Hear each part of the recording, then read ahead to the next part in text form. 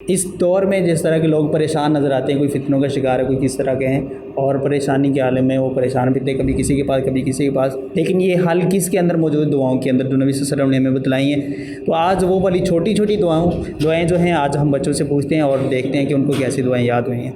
جی آپ بتائیں، سونے کی کیا دعا ہے؟ اللہم بسمک اموت و احیا۔ ماشاء اللہ، کیا بات ہے، آپ نے تو بہت اچھی دعا ادا کی۔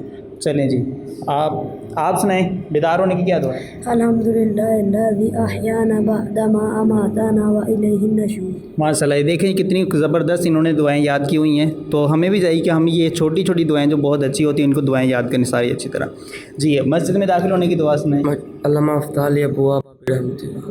ماشاء اللہ، بہت اچھی ہے۔ جی مسجد سے باہر نکلنے کی دعا۔ اللہم انی اسألک من فضلک۔ ماشاء اللہ، واش روم میں جانے کی دعا۔ اللهم إني أعوذ بك من الخبث والخبائث دوبارہ پھر سنا دیں۔ اللهم إني أعوذ بك من الخبث والخبائث ماشاء اللہ جی۔ اچھا جی، بیت الخلاء سے باہر نکلنے کی دعا۔ غفرانک۔ ناظرین دیکھیں بچوں نے کس طرح دعائیں یاد کی ہوئی ہیں، اور ہمیں بھی چاہیے کہ اس طرح کی جو روزمرہ کی دعائیں، اٹھنے کی، جاگنے کی، مسجد سے باہر نکلنے جانے، اس طرح کی ساری دعائیں ہم یاد کریں۔